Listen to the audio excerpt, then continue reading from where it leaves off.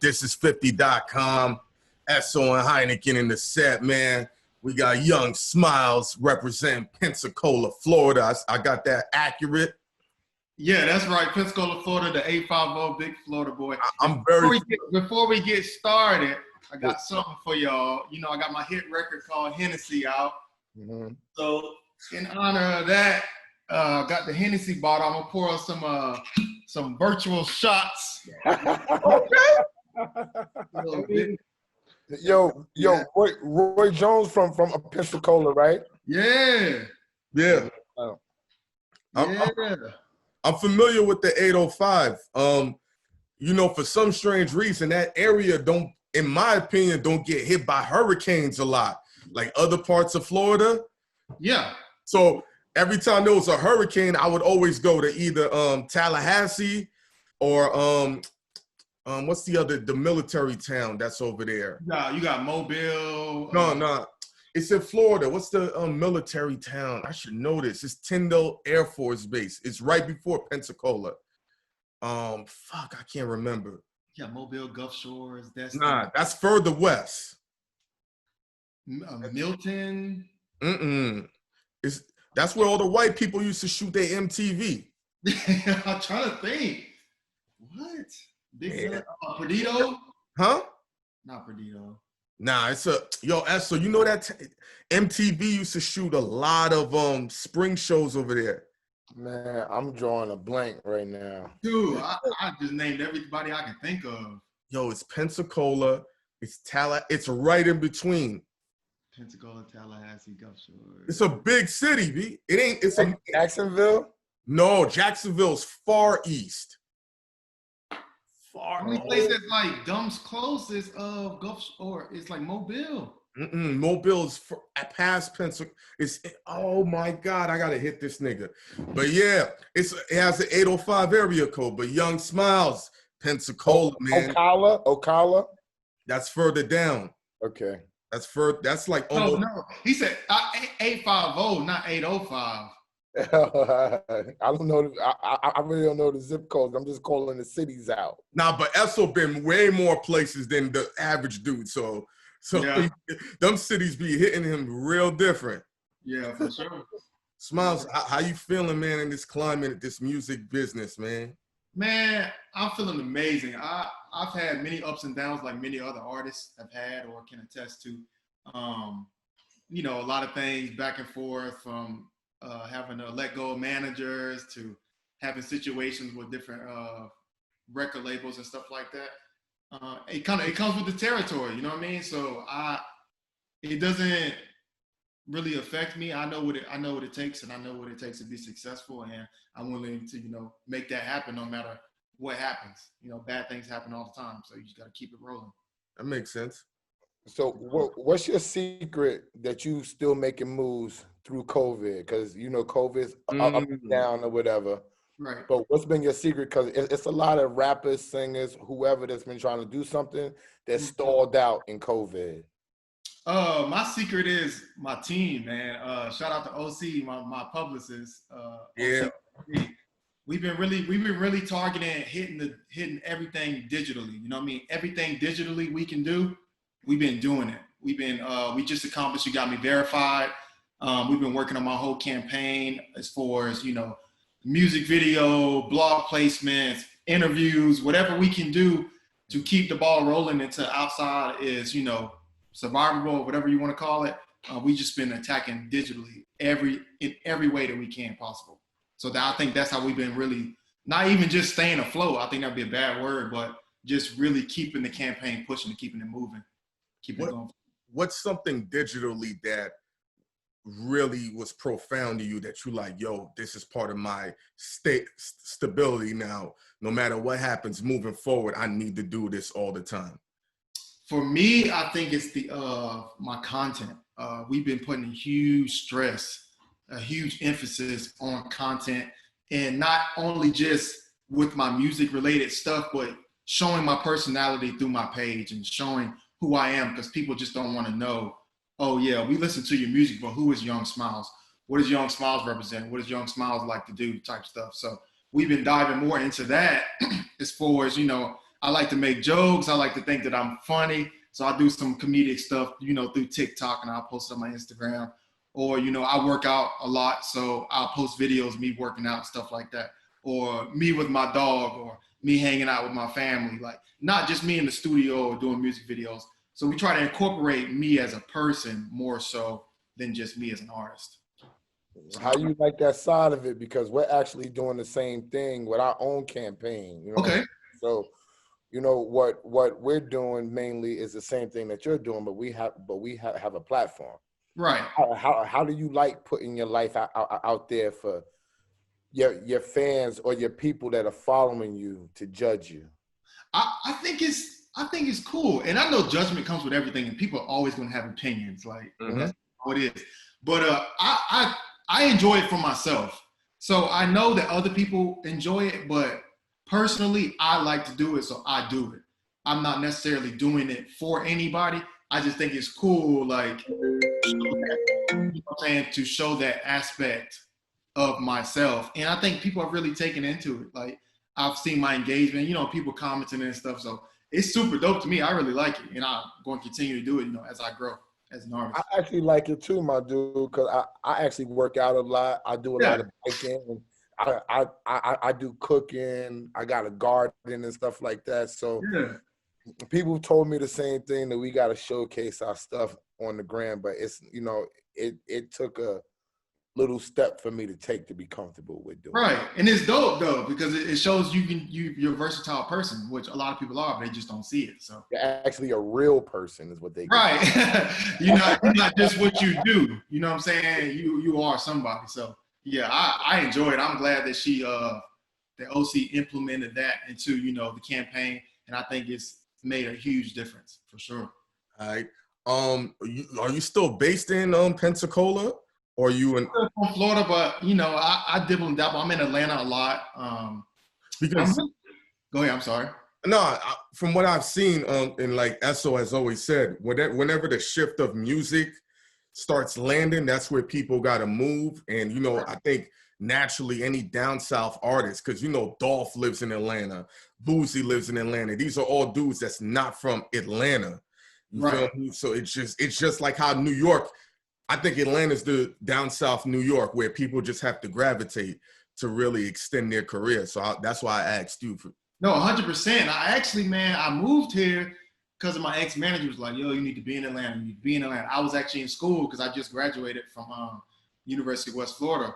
So I was in school in college, and he kept saying, you need to move here, you need to move here. And I was with my girl. I was like, man, we should move to Atlanta. You know what I mean? Like, we should make this slide.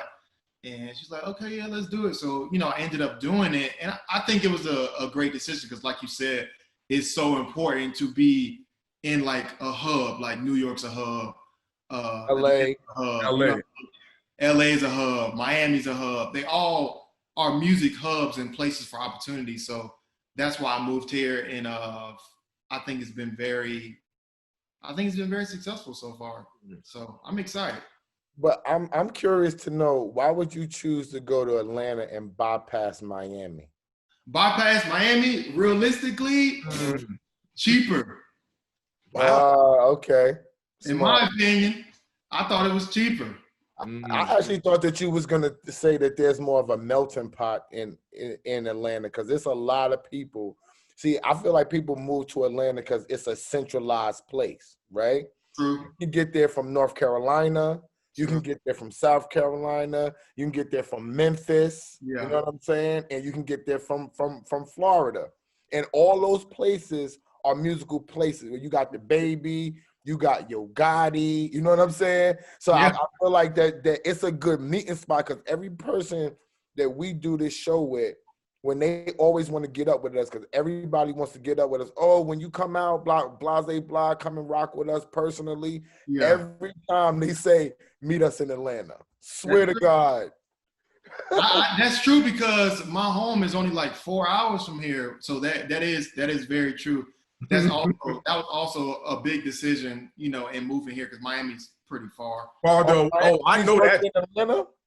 Yeah. It's way farther, like south. Like 8 hours. Yeah. Wow. Yeah. I didn't know that. Yeah, it's a trip for sure. You got to go like this. Yeah. then slingshot down. Exactly. Yeah. Wow, It's okay. hard. Because from Orlando to Miami is about 3.5. Right. 4, And you would depending. think I would think that's close. Yeah. Mhm. If you didn't know. Yep. But Yeah. Did you feel like your music evolved differently or your content shifted when you moved? oh yeah. Like, what did you notice moving that helped you become a different artist, or your subject matter, or flipped your mentality?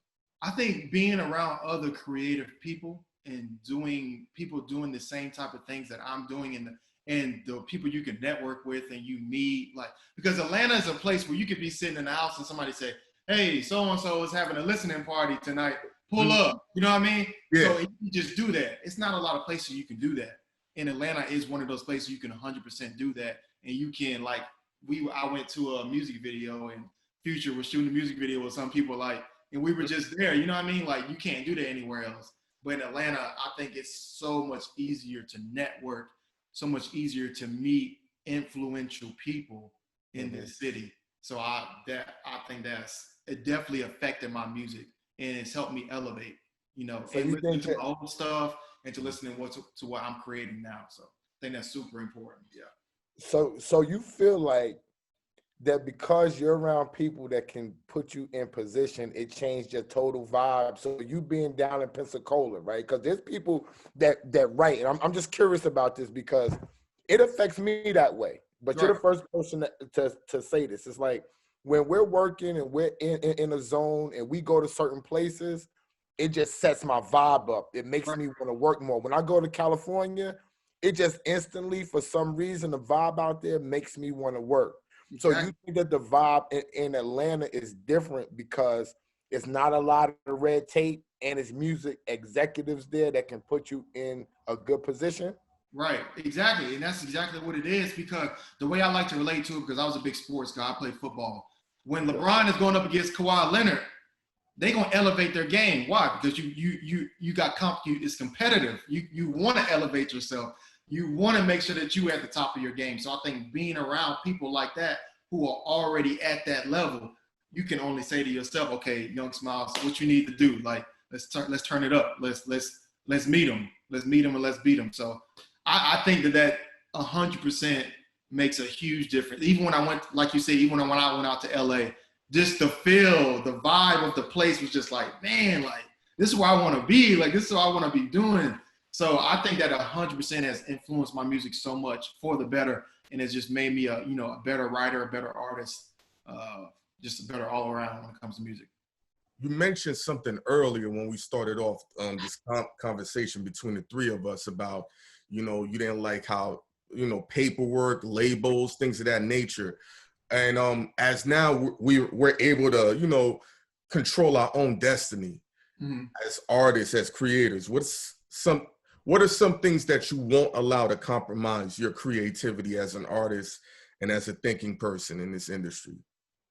What I won't allow to happen is my writing process and my creative process, so how I like to come up with things. So when I write a song, and a lot of people don't do this, but I will get my beats and I will write my songs before I ever go into the studio. So when I go into the studio, all I'm doing is laying it down. Laying the vocals. Mm-hmm. That's how I like to do it. And I know some people can get in the studio and they can just blah, blah, blah, blah, blah, blah, blah, spit it. You know what I mean? Which is cool. Like, if that's how you do it, that's how you do it. That's whatever. But me personally, I'll write everything down. So most times when I even book a session, I'm in there for maybe 2 hours. I can knock out 3-4 songs because I already got my melodies down. I already know exactly how I want to go about it. You just getting punched in the whole time, punching in line. Let me do this. Let me double that. Let me triple that. Let me in and out that. Let me in and out. Let me harmonize this part, because I already know what I want to do, and that's just, I think that's an attestament to the type of person I am. I like to be prepared. I like to know what I need to do, and so I can get it done. So that right there, I don't want that process to be messed up, because I think that's where I work best. I think that's where I can create the best music.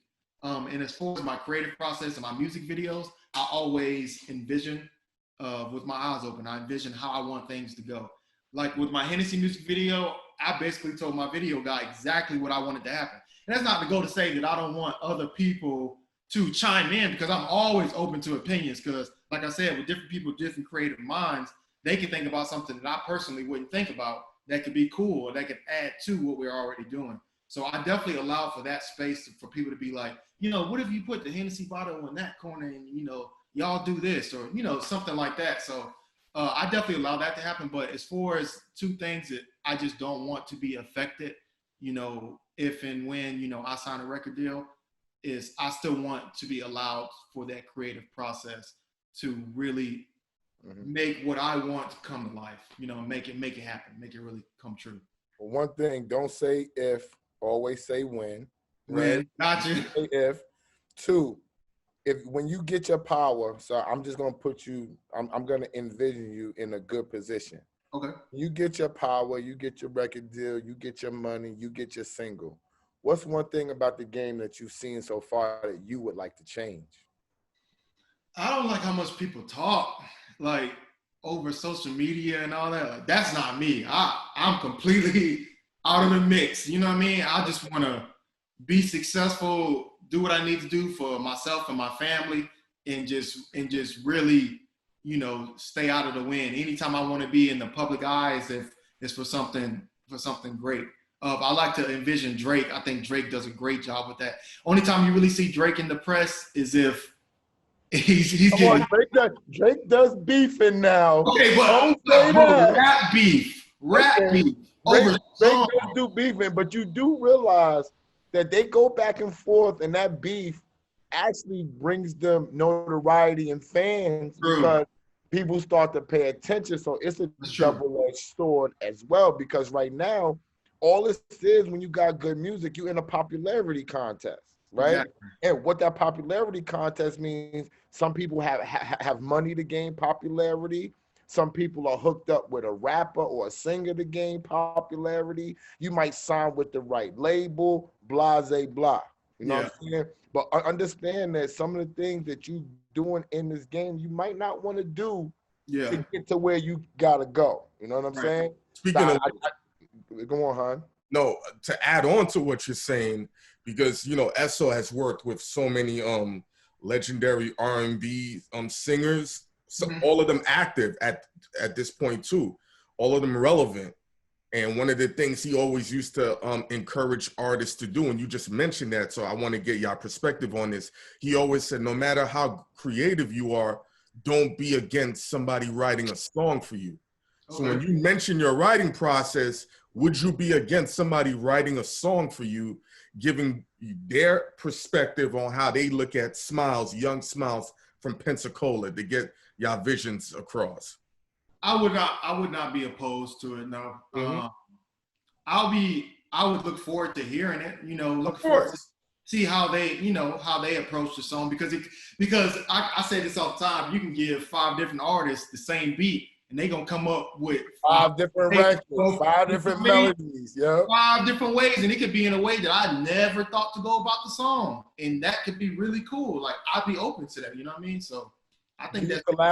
Do you collaborate in Atlanta, or are you writing all your own stuff? Because everybody collabs there, and that's how people really get their vibe out. Yeah. As far as writing collaborations, no, I've written all my own stuff. Okay. But I've done some collabs as far as with producers. I just made a record with June the Genius. That's really the only type of collaborations I've done. But on the writing end, I only have written all my own songs by myself. Are you open to write with people? Yeah, absolutely. Because I envision myself, down the road, and I would have, a team of writers, and we'll all come in and we'll listen to the beat, and we'll create magic. But I definitely always want to be a part of the process. Mm-hmm. Yeah, but you always, even if somebody writes you always could be part of the process. And the only reason why I say that is because sometimes you collaborate with somebody and the record doesn't come out right, but the connection does. Exactly. They might have a great connection with a producer. Right. They might have a great connection with the label head, with the DJ. Yeah. You know what I'm saying? So even if the collab doesn't work, just for me, even if you write a lot, even if your dream, it still ain't gonna hurt for you to collaborate with a writer to steal their vibe, get their vibe. You know what I'm saying? Because some people write records that are good for them, but writing a single, something that's gonna bring you to the world, might be something that you might steal a vibe from somebody else for. No, 100%. I think that statement is very, very true, and I think that I think that happens all the time. A lot of people, they build connections and networking with each other, and you never know what can come out of something. So I agree with that 100%. All right, so I'm leaving Pensacola. Okay. We just hung out, right? Right. And boom, we're on our way to Miami. Okay. And I got the aux cord. Give me a lineup of songs that represents Young Smile to get me through that 8-hour drive that I can hit on. Because I'm gonna need the songs when I'm cruising and I'm thinking about bitches curving me. I'm gonna need the songs when I'm ready to go wild out in the strip club and I need to make up this extra 3 hours on the road. I need every emotion. Give me a good 5-song lineup I could keep in rotation from Young Smiles. So my music, right? Yes. Fuck everybody else right now. We'll okay. Young Smiles. All right. So we starting out the drive. We need to start out right, a little upbeat. Of course. So I'm definitely going Hennessy. I knew you was going to say I knew.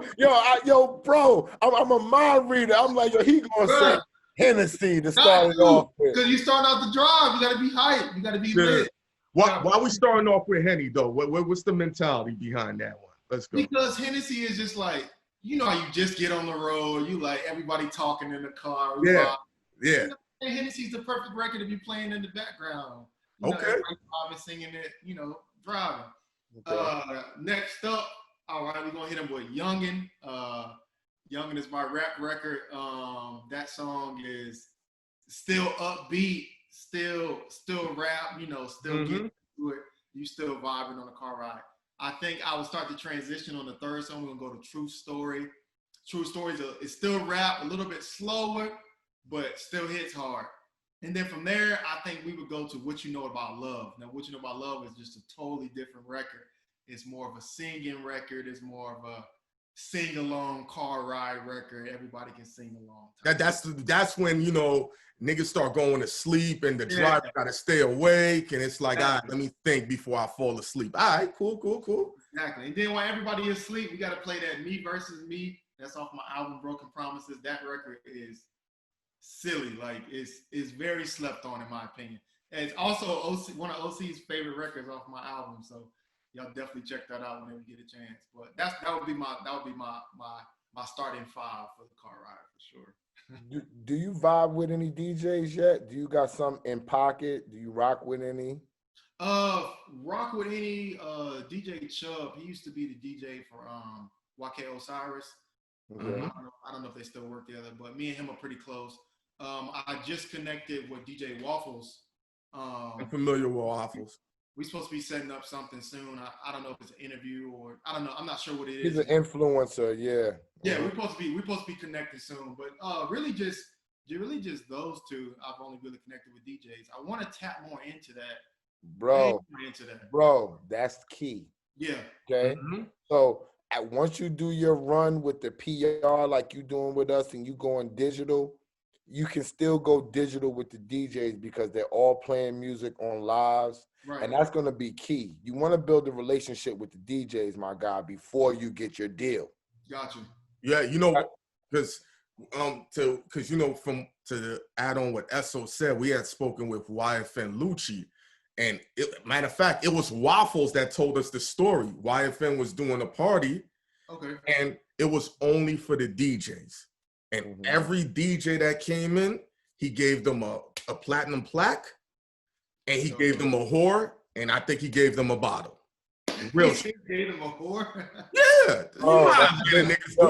Yo, bro, if you give a DJ a whore, your record will be spinning crazy. Yo.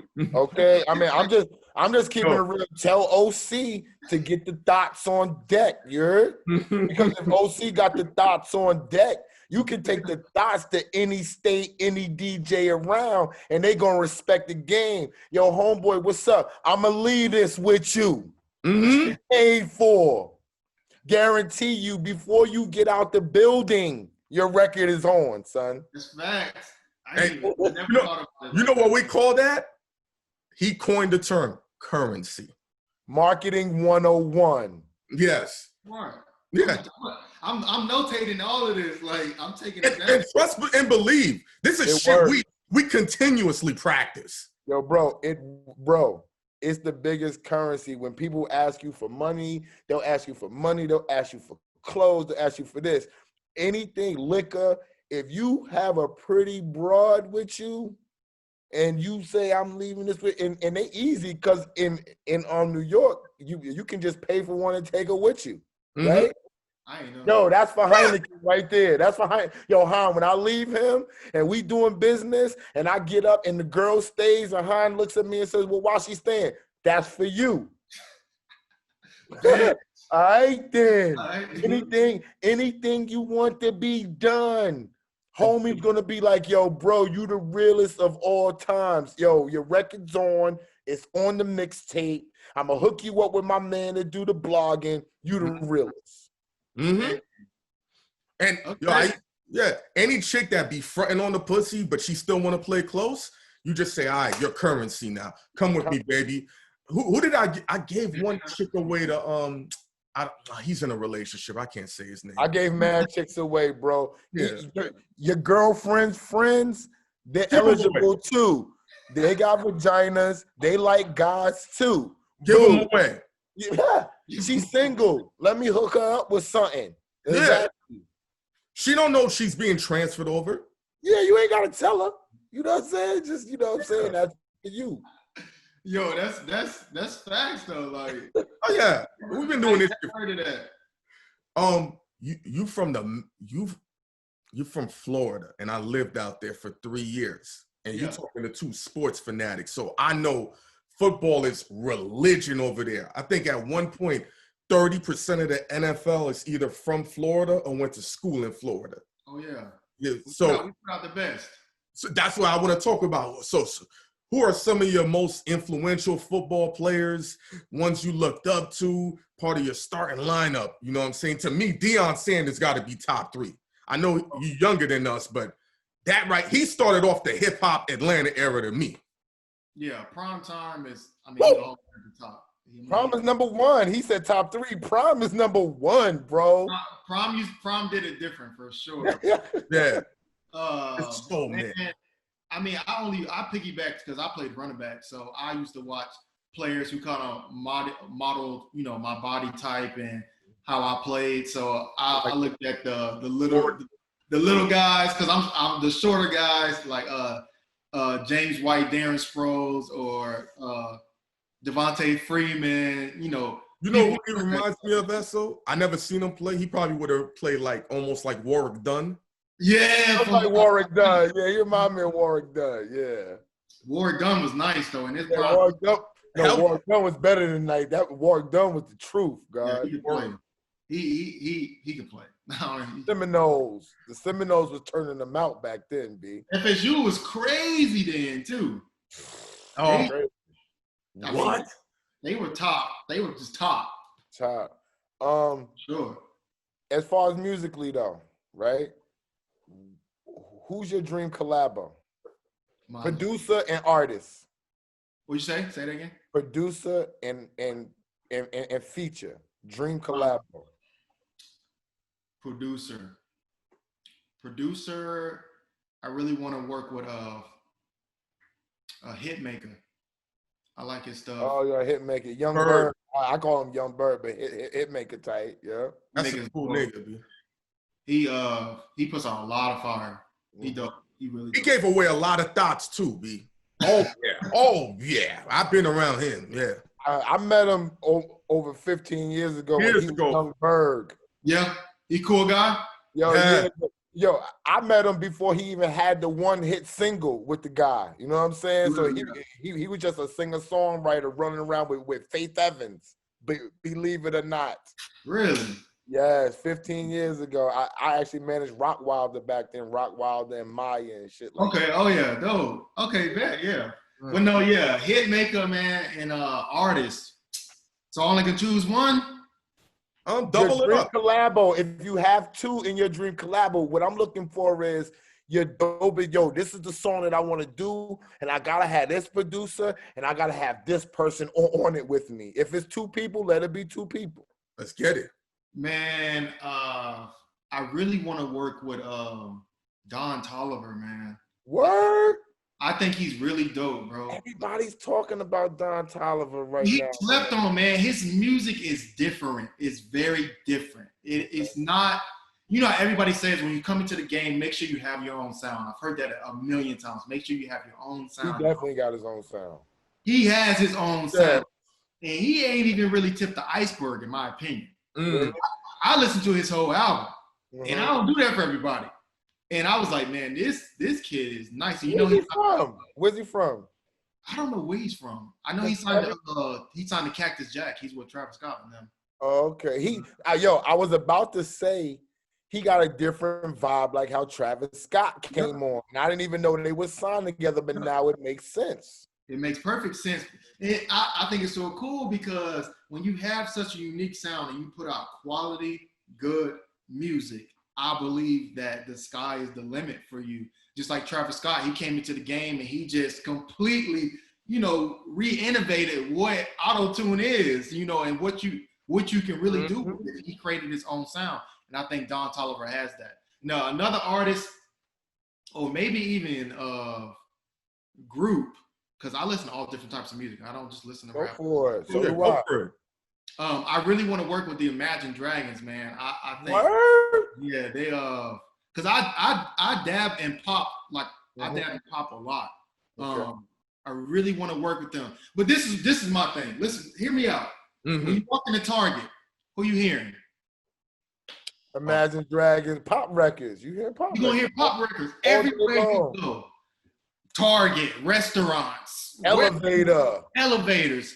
You're gonna hear that. Matter of fact, I was in the store yesterday. I think I heard Maroon 5, and I'm like, that's what you're gonna hear. And I think that a lot of people don't understand how important that is for your career. I understand having your niche, that's cool, but being versatile, being able to make hit records with different types of people from different genres, I think that's personally what's gonna set me apart. Because I'm looking to make records with Imagine Dragons and Maroon 5 and Taylor Swift and all these. I'm ready for that. I'm excited to do that type of stuff. Oh, but don't get me wrong. I want to be over here making records with Moneybagg Yo, Dolph, The Baby, Lil Baby. You know what I'm saying? I want to be everywhere with it. So those are my two people that I'm definitely, that I think that will 100% change my life and change my career. But also you got the Drake effect. Everybody knows that. Yeah, everybody. Yeah, but we don't want to talk about Drake. Everybody wants a Drake. We want a Drake feature. Drake, right. Get on ThisIs50. You know what I'm saying? We're not even rappers. Put us on your page. You heard? Make us a rapper tomorrow. Me and Hein, a rap group. Exactly. You know what I mean? Somebody told me that Drake's social media account alone is worth $200 billion to the whole Canada. To the whole Canada. The whole country. I don't know how they came up with that metric. I don't know, Essa, what would you think? Because you understand numbers better. Listen, I can't doubt it because he is basically in control of a whole country. Yes, sir. Canada, and he's running this country musically, straight up, and he's running across seas musically. Yep. So when you encompass all the places that he's running, and then he has one whole country that he's from that rocks with him, why wouldn't it be $200 billion? Wow, wow, it seems crazy, but you gotta think of what these countries is worth. Jay-Z is worth $1 billion. Yeah. Now, how much money you think Jay-Z is circumventing? He could be circumventing between him and Beyonce $1 trillion. That's fair. On some real shit. You know what I'm saying? If we really think about it, he's making people millionaires. Look at The Weeknd. The Weeknd is worth millions. Yep. And he's a spinoff from Drake. Party Next Door never gets radio play. He's a substantial motherfucker around the world. Very you don't even get radio play here, bro. Yeah. Drake, come get on our show, Drake. Stop playing with me and Heineken, God. Yo, come on our show. We be on TV next week. You heard? Real. Oh, but it's, man, I can only aspire, you know. I model myself after, you know, what he's done, because he's been so influential. You know what I mean? He's been so influential to the game. Like he's up in the categories when you talk about best entertainers. Just he's up there with like Michael Jackson, you know, and that's, you can't say that of a lot of rappers. You can't say that. But you know he got set up lovely though. Because Wayne was top dog. Wayne did something that most people don't do. He gave it to Drake. Yeah, all right. When Jay-Z was popping on some real shit, he was not letting Beanie get bigger than him. Right. Beanie couldn't even get the budget to get bigger than Jay.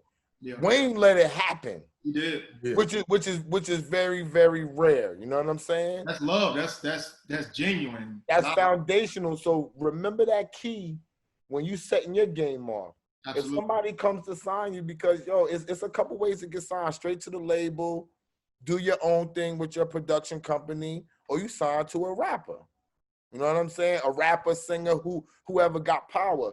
Make sure that they're gonna treat you and put you in position to win. Think about 50 Cent. Everybody at G Unit had a chance to win.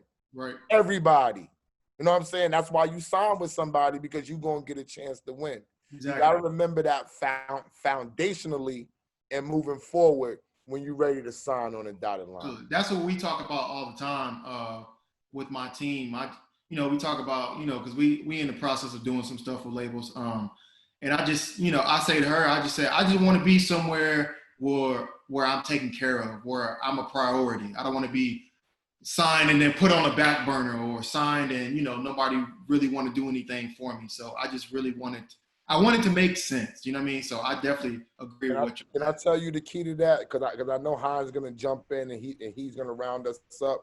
But you a cool dude, and I see that your peoples is online.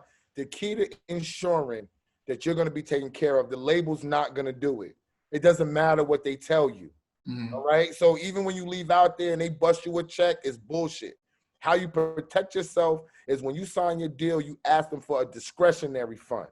The discretionary fund gives you money, you and your team money, to go pay the people that's going to keep you on top. Okay? That's key. Discretionary fund is the number one thing. Even if they only going to give you $25,000, you take that $25,000 and you start paying the people that's going to keep you in position and rock with you. Gotcha. And I'm not talking about your team. I'm talking about people who you need to work your record, promoters, you know what I'm saying, marketing people like that, that's going to be able to keep you on top even when the label's not working for you. Thanks. All right? That's no good. problem. This is a man that knows how to finesse a label. I'm sorry. Yeah. So, Smilez, let them know where they could find you at, the projects, where they need to press play to absorb who you are as a person sonically. Yeah, man. You can find me at Young Smilez17 on IG. That's YUNGSMILEZ17. Young Smilez17 on YouTube. I'm Young Smilez. Twitter, I'm Young Smilez. Facebook, I'm Young Smilez. Anywhere else, I'm on Pandora, Tidal, everything. Make sure you go check out my hit single, Hennessy. I promise you, it goes crazy. It's on everything and everywhere. Music video, over 150,000 views, over 150,000 streams. So we're doing good. Make sure y'all go check me out. And I thank y'all so much for having me on here, man. This is awesome. Two more things. Are you in a relationship? Because I know you had mentioned. Yeah, he said it's good. Okay. Well, as you become bigger. Oh, shit. The groupies are going to be around you. So you might have to tell your lady, hey, I don't want to keep no secrets from you. Right? But we're going to have to run this tag team together. I'm going to tell you now. I'm going to go ahead and stop you now. She ain't going for it. You get a hit single, she gonna go for it. You get something that gets you 1 billion streams, she gonna be like, get a bag, get a bag and come back on this show and tell me how people relating to you. I bet you're gonna be like, you're gonna be like, yo, I didn't even know I was this lit. I Right. didn't know this was going one record. I didn't even know they was gonna go through it. I said, yo, can it be the $50,000 that you walking around with in your pocket while they feeling you? Mm. But I've already started seeing the transition. Even from me getting a blue check is weird. Like, Oh yeah. That's a different level light skin chicks you won't have in your DMs. Yeah, we don't even got the blue check yet, and they know we official. Right. we ain't even got our check yet. You know what I'm saying? Yo, Instagram, you two, get on the show and give me and my man our fucking blue check. You heard? Hey, y'all need to IG need to get it right for real. Word. And But yo, go on, huh? the town I was talking about was Panama City. Panama City. Panama City. Yeah. Right. Panama City. Yeah. That's not fucking heaven, Panama City. Panama City used to get crazy back then. Yes, Panama City. But yo, Young Smilez, word to mother, you was way better than I thought that you was gonna be. I really enjoyed talking to you.